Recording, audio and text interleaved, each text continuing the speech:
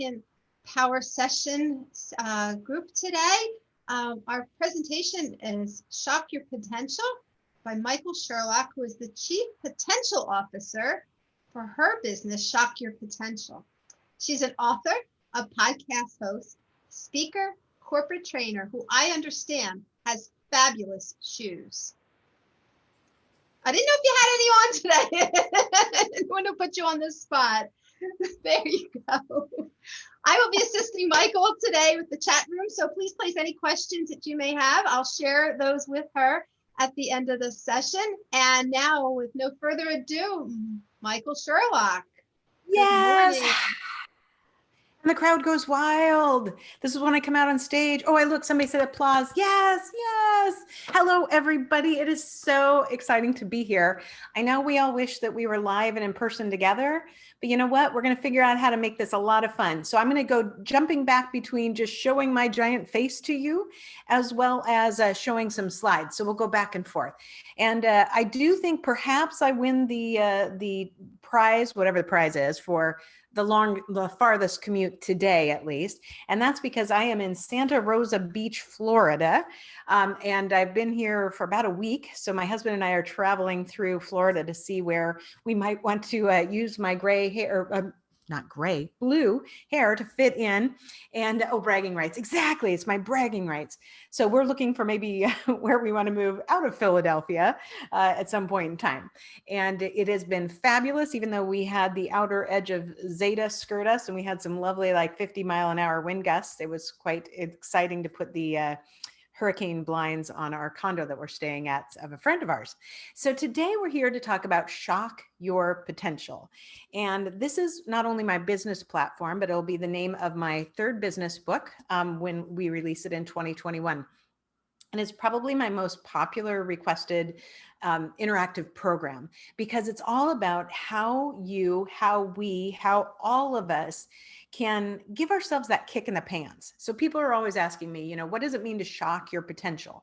And in my view, it's really about making sure that we have that little extra oomph behind what we're trying to do and trying to achieve so that we feel like we are really reaching what our potential is. So I'm going to share some of my slides here. Hopefully if I can share here. And oops, let's see, who can share? I don't know, just me. I don't care, just me. Only host someone. I don't know if I'm going to be able to share them. We'll see what happens. There we go. Okay, here we go. And I'm going to go back and forth on this.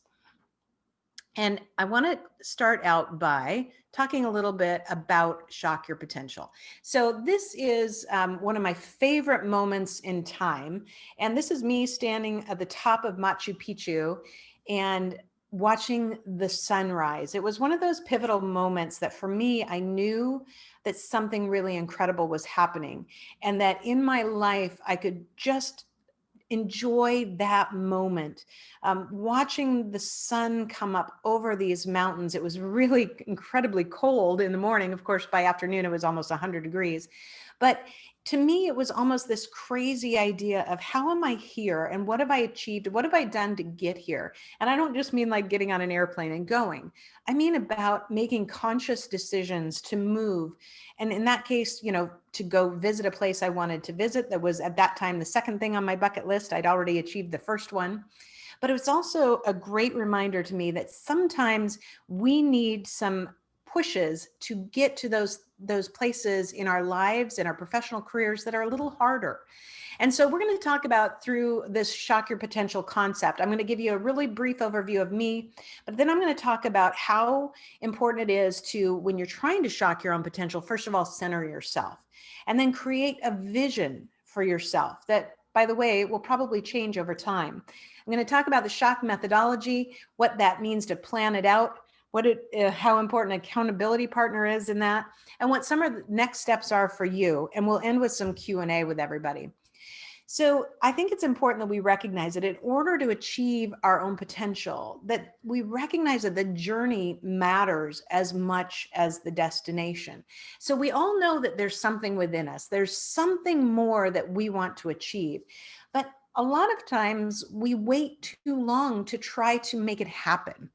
or we're just waiting for that moment that says, okay, here I am. And in this case, shocking your potential means having that jolt, having that bit of energy behind you that says, I'm going to get up and I'm going to do something about it, and I'm going to do it today. Now, we do this through our company in a couple different ways. We do it through training, through keynotes, executive skills coaching. But what I found that I thought I was really achieving my greatest potential in 2020. I had an incredible calendar filled with great events, including this one, all over the globe. In fact, I was supposed to be in Melbourne, Australia a month ago, speaking to several hundred dental practice owners. And all these incredible things that I'd worked so hard to make happen in 2020 all went away. But I knew that my passion was still about providing training. So how am I going to do it when the world is changing? Well, we actually developed an app. And so with that, it was on-demand training for yourself, for your business.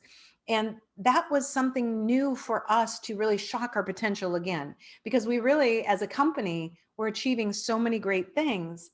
But in order to really achieve great potential and keep it, you know that the ground is always changing. There's always going to be something that gets in your way. Question is, how do you adapt to it?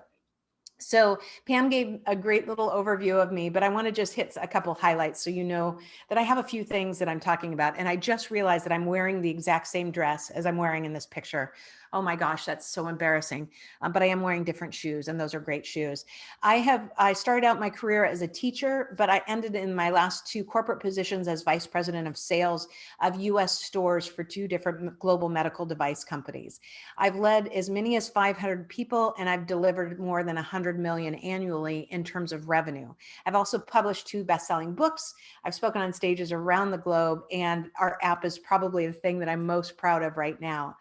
I'm a serial entrepreneur. I've had some successes. I've had a lot of failures, and I'm constantly learning and adapting and hopefully growing.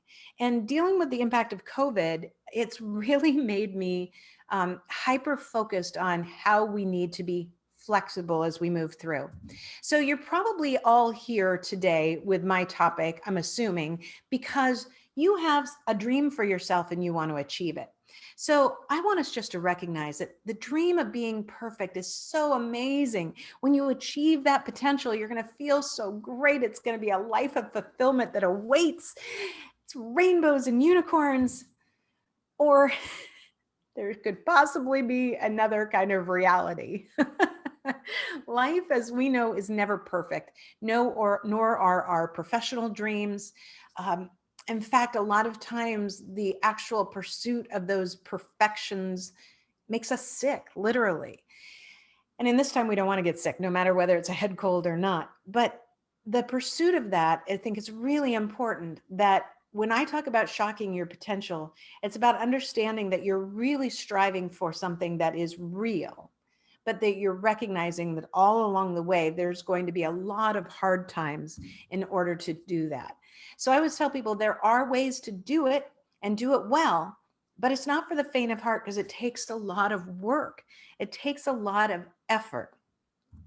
So what I want to ask you to do right now is I want you to take just a moment here and center yourself before we really dive into the meat of this. And I just want you to take a couple really deep breaths in through your nose and out through your mouth. So everybody do it together with me. Ready? In, inhale. I can't even say it. And exhale. And let's do another one. And the reason I think it's so important to center yourself and to breathe is to understand that the goals that we have for ourselves require us to be focused, which requires us to understand our mindset is absolutely critical in there. And that in order to do it well, we have to be able to reflect on what we're doing, because the reflection component of this is often the most challenging. So as we dive in, it's important that we take time to reflect on what our authentic self really looks like and what we want that to be. Because if we're only trying to go after a goal that we think exists out there and we're not matching it to who we are internally, authentically, it's never going to feel right and it's never going to fit. But here's the other part. You also can't do this or take this journey alone. You have to invite people that you know and trust to provide input on where you're going. And I know that's scary and sometimes it doesn't feel good, but otherwise we only have a data point of one. We only have a viewpoint of one. And as we create our vision for ourselves to shock our potential, we want to not only acknowledge that it matches our authentic self and we want some input from other people, but we actually want to write it down and we want to read it and reflect on it daily, because our journey towards this new potential is a moving target. So what you envision today will be different tomorrow. And along the way, that ability to reflect and adapt is really going to help you achieve new things. So let's dive into the meat of this. First of all, when you identify the vision of you want to look around. Who is your role model? Who is achieving some of the things that you want to achieve? Now, obviously, I love Oprah. She's amazing. And it's important that we recognize who these role models are, but we don't copy them. We mirror the elements that are important to us, that match our authentic self. And I do this by asking you guys this question. So I'm going to ask this question and then I'm going to go off the slide for a minute. I want you to ask yourself, and then I want you to put some answers in the chat box. How do people describe you when you're not in the room? What words do they use to describe you when you're not in the room? So let's see some things in chat. What words, what descriptions? And hopefully they're all positive, but every once in a while, there's one that we might need on there that we might need to recognize. Okay, authentic, open, chatty, excellent. Who else? Good listener, steady, calming, encouraging, excellent problem solver, good listener, dependable, detailed, helpful, open-minded. I hope I haven't missed any more. Love it. Helpful, funny, generous. Love it. Now, these key words that people use to describe us when we're not in the room. Oh, encourager, another good one. Warm, love it, hardworking. These are important factors because these tell us things about how we show up authentically to others. Now, the important part about this question is now, what words do you want them to use? You may want those words, but you may want other words as well. So what words that are the gap between how they may describe you now and how you want them to describe you? What are those terms?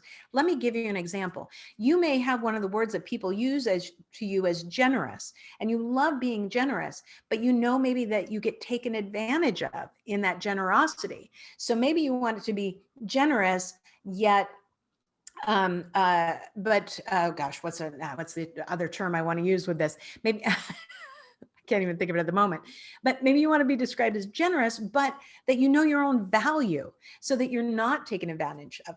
Maybe you want to be seen as trustworthy, but you also want to be seen as visionary. So what are one or two words that you want to make sure people do use about you that they may not be using frequently enough right now? Forward thinking, hardworking, smart, forward thinking, proactive, excellent. I love the forward thinking. Very good. Anybody else?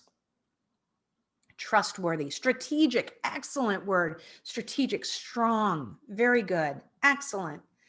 So how we incorporate these words is going to be directly related to the steps that we're going to take right now. So let me get back to sharing my screen here. So as we, we'll go down here a couple slides, go back to where I was talking about Oprah. And with, from current slide. So as we look to how we want to be identified, those words are going to play a really big role here. And as we look at the people that we want to emulate and we learn what makes them successful, these habits are going to be directly related to how we show up. So as we go through the shock potential, we're going to talk about the letters in the word shock, S-H-O-C-K, and how you use them to shock your potential. So the S stands for stand out. Now I put a picture of me here because you might say, well, Michael, of course you stand out. You have really colorful hair and crazy shoes sometimes. People laugh because, you're doing the escalator or whatever. I guess I'm doing the elevator now. But standing out is not just about physically standing out. And I like to make sure that I clarify that difference. I actually like to stand out physically because it makes me approachable. It makes me different. People always remember me, but I don't want them to just remember me for those things. So let me give you an example. In crafting my own potential, when I started this company, I knew that I wanted to be seen as a thought leader in leadership and sales. And I knew I was in my world. So where I came from before starting this company, I was a thought leader in leadership and sales, but I was a thought leader within my own bubble, which was in the hearing aid sector world. So I needed to expand my world and I needed to stand out. And at that point in time, I had probably about, 250 connections on LinkedIn. Today, I have almost 18,000 connections on LinkedIn. And the way I did that was very strategic. I knew who I wanted to connect with. I knew who my target audience was, and I knew I wanted them to see me as a thought leader in leadership and sales. So I began to write a daily blog that I now call the Thoughts from the Coffee Table. And just as an aside, I actually stopped this a couple months ago as we transitioned to video.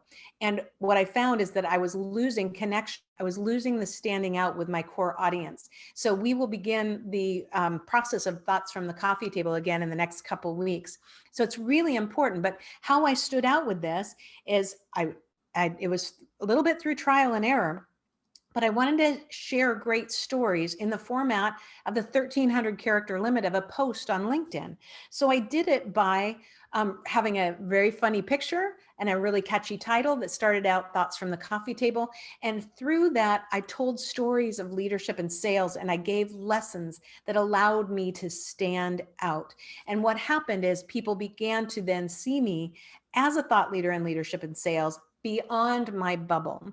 And as my connections increased and my the interactions with those connections increased, then I knew that I did stand out, and not just because of the color of my hair or my funny shoes, but it was really about the quality of the content that I was delivering. So I'm going to ask you each really quickly to share, how do you stand out, or how do you want to stand out?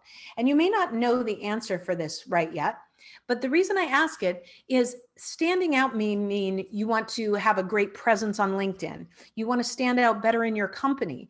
You want the people in your organization to see you as the problem solver. Maybe you want them to see you as the next level of leadership. So how do you want to stand out? Anyone have any thoughts in that? And type it in the chat box. How do you stand out? How do you want to stand out? Where do you want to stand out? Maybe you want to stand out because you want to be able to get a board position.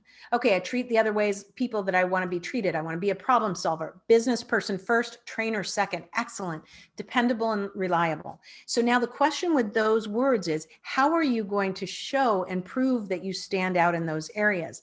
And that question, go to person for managing with people manager skills. Excellent, stand on principle. Stand out as the go-to person for other employees. Excellent. So now the question that you have for yourself is, what methods are you going to use? I used my method through LinkedIn, and that has been my primary way of showing who I am. In fact, I always try to make sure that how I use and interact LinkedIn always reflects my core message and that people know what to expect. So I have almost a set of guiding principles for how I use LinkedIn. And as we started the LinkedIn business page for my company, we have a slightly different format of that, but it all aligns to the same thing, that we provide positive training opportunities for people to achieve their own potential. I love it. Provide beautiful images for other business people, empathy for others, and loyal. I love it. Expert in my field and a great communicator. It's easy for you to say. I can't say it right now.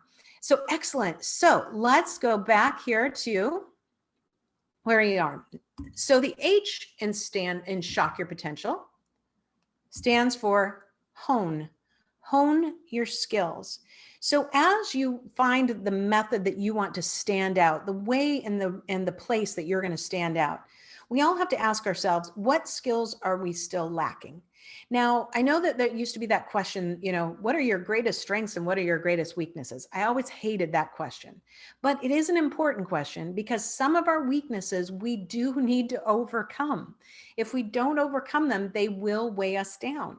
And so honing your skills means taking time frequently to reflect on what you need to learn. Currently, before we started this little road trip, my husband and I printed out a number of different kind of business strategy guidelines that I wanted to go through and ask myself questions about my business, making sure I'm prepared for 2021 in a whole new way. So part of my honing of my skills is making sure I'm looking at different ways to market, different ways to build my business, different revenue sources, so that we don't end up in the same boat that we were in the beginning of 2020, where 95% of my business income came from me getting on an airplane and going to speak and train around the globe. I can't let that happen again. So my skill that I still need to hone is continuing to diversify my organization. So as we move through, the O is operate like you're already there. Now, I don't mean fake it till you make it, because I hate that concept. But operate like you're already there means that you know that there are people who have already achieved what you want to achieve. And when I go back and reflect on Oprah, then we have to ask ourselves, if I want to be Oprah or like Oprah, what things does she do on a daily basis that help her achieve what she wants to achieve? Now, this is not just about being wealthy. One of the things that I admire most about Oprah is that she started out simply interviewing people. And as she interviewed them, she gained their knowledge. She gained new light. She gained new connections. She gained new skills because she truly listened. She didn't interview people just to make herself famous. She interviewed people to be engaged in what their message was. So I try and use that format in my podcast now. Now, I'm not always perfect about it. A few weeks ago, I had a little pity party for me because I was interviewing all these amazing people who are making millions of dollars. And I haven't made those millions yet. And I was a little envious. But what I realized then when I got through with my pity party was I have this opportunity to interview all the time these amazing people who've achieved more than I have. So use this opportunity to learn from them and grow and operate like them is in the ways that are authentic to me. And as we do that, we really move into the next letter, which is C, which is cultivate. Cultivate people and the opportunities that they bring to you. So when we surround ourselves with other positive people, with other productive people, with other high achievers, we can glean things from them. We can glean their knowledge, but we can also glean opportunities. So one of the best things that I love about meeting anyone new is the question of how can we support each other and how can we help collaborate? Whether it's just even brainstorming, it's really looking at our network from a whole new way. It used to be we'd think about our network as the way that we'd hand business cards and hopefully do business with that person at some point in time. But really cultivating people means bringing people to you. You may not make a sale right now. You may not make a long-term connection yet. But the more that you bring the right people around you, the more opportunities that will come to you. But it takes effort. So I told you earlier that I have almost 18,000 connections on LinkedIn. That did not happen by chance. That happened by hard work. And I think some of you heard Bryn Tillman earlier. She's phenomenal with LinkedIn. But the key is it doesn't just happen. You have to spend time on it. And we're actually right now with my company back in a cultivating mode within LinkedIn because my goal is to be over 30,000 by the end of 2021. And that takes effort. So the final is K, and that stands for know your worth and know your value. This is really important. It's important that we recognize that knowing your worth and knowing your value has very little to do with the paycheck. So I like to put the pile of money there because most people think knowing your worth and knowing your value means money in your pocket. But knowing your worth and knowing your value means that you know and believe that you have what it takes to achieve your potential. And that gives you the guts to go do it. Now, we're never 100% there. We're never always in that mindset. We're like, yes, I rock. Sometimes we're like, no, I suck. That's okay as long as we get ourselves back up.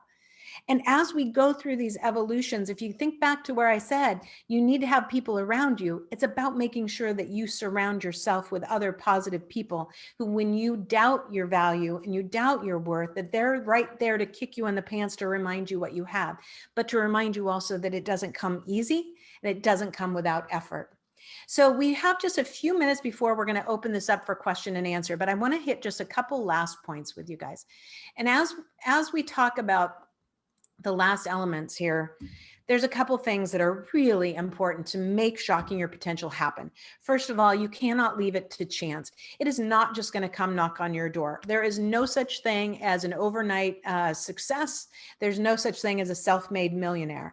Those things happen because of hard work that is repeated over and over. So working on your potential means you have to plan it. You actually have to put it on your calendar to plan the times that you are going to achieve things.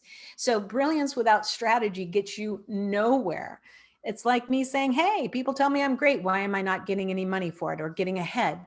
We have to be realizing that the strategy is the key element. And it's a lot of hard work. We have to take a lot of time out of working in our jobs or in our goals to work on our goals.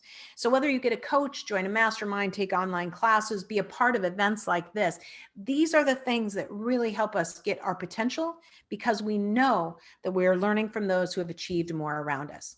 But the last thing is, we all need somebody to be accountable to. So the boss needs a boss. We all need somebody that's helping guide us. And I think that the accountability partner is really critical. I have an accountability partner who I describe her as my truth teller. She is someone that I trust implicitly. And when I have something that I want to talk about, a new idea, I call her up and then I tell her, and then I go, oh, and I cover and I wait, because she tells me the unvarnished truth. And it hurts sometimes, but I know she never tells me things to hurt me. She only tells me things to help me be better. And when Eileen and I have those conversations, sometimes I'm a little battered and bruised afterward, because sometimes she's like, Sherlock, what are you thinking? But that kind of accountability really does help you to move forward. And I do encourage people that probably your spouse, significant other is not the best person for your overall accountability, because you want to keep a good relationship. So whether it's a partner, a coach, a mastermind, everyone needs somebody to help them, because you can't fake success to yourself. You can try and fool other people, but fooling yourself is not going to get you ahead. It's not fun. It will make you better, but it's not easy, and it takes a lot of little steps. I always say dream big, but think bigger, because dreaming big is great, but you have to think beyond where that dream is to achieve that and achieve the next thing. Because no dream, if you achieve it, should be your end destination. It should only be one step in the process.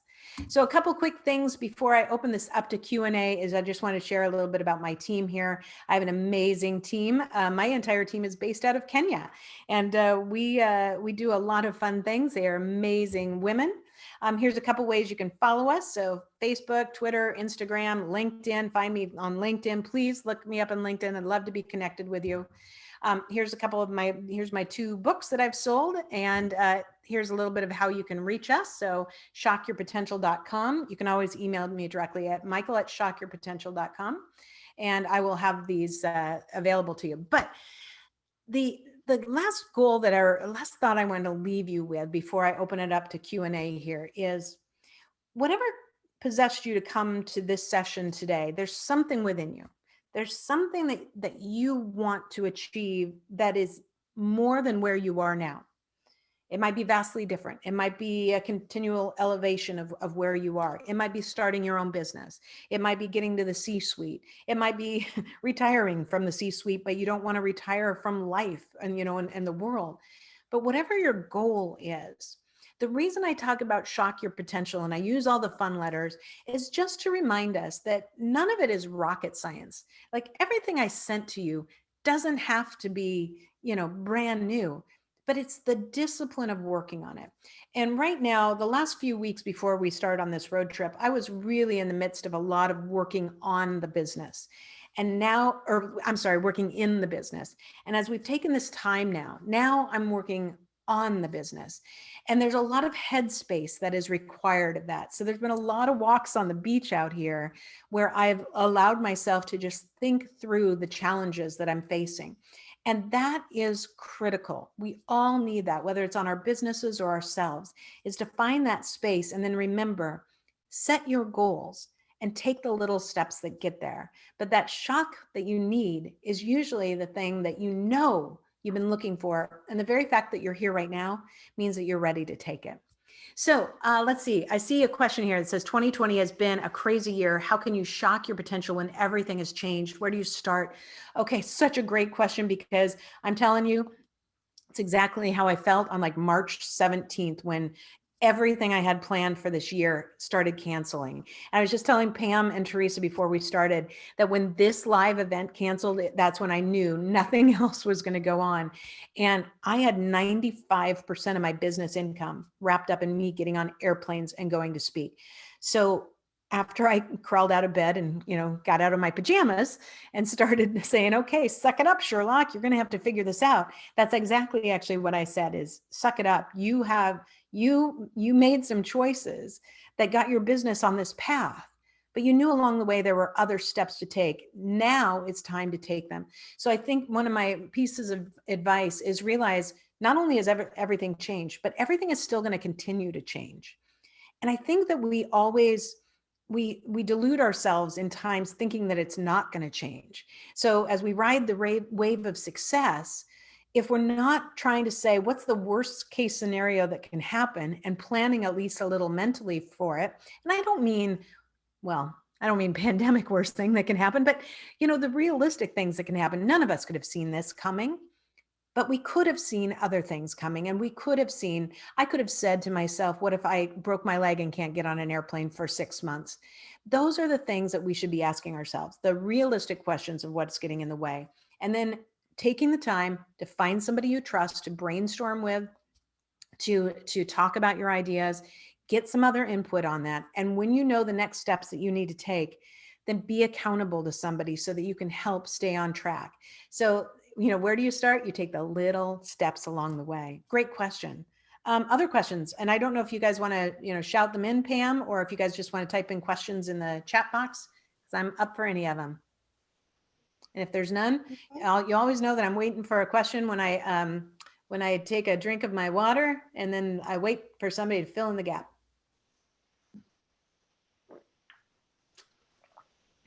I see Pam back. Okay. What made you choose your team in Kenya? Oh, great question. From a client of mine. I had a client that was based in Singapore and Bangkok, and they had a team in Kenya. And so when I went to meet them in Singapore and Bangkok a year ago, last summer, I met the head of their team in Kenya. And so from there, I made some connections. I hired people. And actually, strangely enough, I have so many people ask me about my team from Kenya because they're incredibly affordable, that we actually started a second company called Kukua Biz. So we are now matching talent in Kenya with US small businesses. So if it's something that you're interested in, pop me an email at michael@shockyourpotential.com and I'll tell you more about it. But it's been phenomenal because there's amazingly talented people with a lot of education that are really excited about working. Great question. What else? Yep, Michael at shockyourpotential.com. There we go. Teresa threw that out there. How do you overcome self-doubt? I'll let you know when I get there. Okay, so great question. Self-doubt is it's part of that mindset. So I'll tell you what. I'll tell you the number one thing that I recommend for everyone, whether it's dealing with self-doubt, anxiety, sleep issues, is meditation. Meditation and mindfulness practice. That is the key for me. I don't know. People always think that because I have such a great positive attitude and I'm always, high energy, that I never have self-doubt. And that is absolutely wrong. Ask my husband, he'll tell you the truth. Wait, don't ask my husband. I don't want him to interject on that. But I suffer from it just like everybody else. But the way that I continue to work on myself and get myself, especially through times of crisis, is meditation and mindfulness practice. So, oh yes, and definitely, I know that Harriet is doing a program later this afternoon, and I highly recommend her. She's fantastic. I use an app. I use a couple different resources, but if you've never practiced it, I highly, highly recommend it. Okay, so somebody says, have a good paying job and benefits. However, you don't feel your worth. How do you get both? Okay, excellent question. I love to talk about negotiation. So a lot of times when we have a longer program and I talk about that, know your worth, know your value, it's about how to negotiate correctly. And I'm going to say something that may make some people a little uncomfortable. So I'll just put it out there. Is I had somebody ask me once, I was being interviewed for a podcast, I think, and somebody said, how have you felt about, the inequality of women being paid versus men? How has it affected you? And the reason I'm going to say this is a little controversial is that my response was, I've never had that problem. And the reason I never had that problem was that I negotiated well for every job that I had. And I negotiated by breaking down. It's actually one of the things on my app that I have a whole session on negotiating. But it's about knowing what you want, what's absolutely critical, what's important, what's somewhat important, you'd like it, and what would just be a bonus and benefit. And then crafting a negotiation strategy that allows you to get where you want to be. And so my best story, and I'll just tell it really quickly, was the probably greatest negotiation I ever had was a job that I really actually wanted that came to me out of the blue from a headhunter. And it was a job I knew I'd really enjoy. And the offer that they made me initially was a good offer, but I never accept the first offer ever. And just so you know, I never make somebody an offer the first time out that's the best I can do, unless I know that there's no other way, in which case I tell them. Because if I can get you for less, I'm going to get you for less. And if you don't negotiate for yourself, it tells me something about you. And so it doesn't mean you have to be a jerk as you negotiate, but it's about how you know your value. And in that one job, I went back and I asked them for 6 things. I asked them for 6 things that included a higher salary, more vacation time, a thing with the benefits. And in the end, I only wanted one of those 6 things. I wanted one, and that was a little bit more salary. I got 5 out of the 6 because I asked for them. And I would have never done that had I not had a history of continuing to negotiate for myself. And that's really important. Okay, so do you have advice for driven introverts trying to find and share their voice more? Oh, what a great question. Okay, just so you know, every extrovert is also an introvert. And every introvert has a little extrovert in there just wanting to get out. What do? You practice. You practice. And I think one of the best ways is to find just a couple people that you almost form like a mini mastermind group with, where you say, I want to have 3 or 4 people around me. And once a month, I want us to each like have a topic that we want to bring up at work, or we want to be able to propose to someone, or we want to talk about a client issue. And you practice with each other. So you practice talking and speaking up and being clear about your words, because I think a lot of times introverts are just are not putting themselves in a lot of situations where you can practice and feel more comfortable and confident. And I had somebody ask me the other day after I spoke to a large group from India, like, how do you become a better public speaker? You practice a lot. You know your material, that you know that if your slides don't show up, that you can talk without your slides. You know your stuff so good. And the only way you gain that confidence is doing it over and over and over. Okay, I see another one. How do you create a plan to stay focused and on task during a time that every day throws us a curveball? Well, if you were watching me from my home, I always refer to Yoga Dog. So I have this little statue of Yoga Dog, and I just remind people to breathe. I mean, ultimately, life is going to continue to throw us curveballs. And the only way I can stay focused is to find that headspace, find that clear space. For me, it's meditation, or walking on the beach, or walking outside, sitting in a park, whatever those things are. But it's that opportunity where we consciously take time to find a headspace. It's really critical. And Pam, are we going till 11:45 or how long do I have? Yeah, will have to end at 11:45. So we have time All right, for good. another question or two. Good. And I love Teresa's say, never take the first offer. That was good. Yes, absolutely. Any other questions? Let's see if I don't know if I missed anything. I think I got it all. I think we Anybody do. else? Anyone? Great questions, everybody. I hope you all follow me on LinkedIn or connect because I love to carry on the dialogue. And, of course, I'll do shameless plugs. You can, buy my books. You can download my app. You can listen to my podcast. I got a lot of stuff there. There's a lot of fun things. Okay, I don't see any other questions. Pam, do you have anything for me before I wrap up? Michael, just thank you so much. It was great to meet you, at least virtually here. And thank you so much while you were away in Florida, taking the time to join us. The presentation was awesome. Everyone, again, we have it recorded. So if there's anything you want to go back and listen to again, we have that to share. And Michael mentioned about, getting out there and putting yourself out. So at 12 o'clock, we have networking breakout sessions. We've got some questions. So if you'd like to participate with that, it'd be an opportunity to make some new connections, share your thoughts on some of the questions that we're going to be posing. Otherwise, we will see you back at 1:30 for our afternoon presentation. And we believe Michael will be joining us for that, as well as Teresa leads the mismatch game with Chris Kosha. So grab something to eat and we'll look forward to seeing you soon. So again, Michael, thank you so much. Thank you, everybody. Have a wonderful rest of your afternoon. I'll see some of you later. Bye.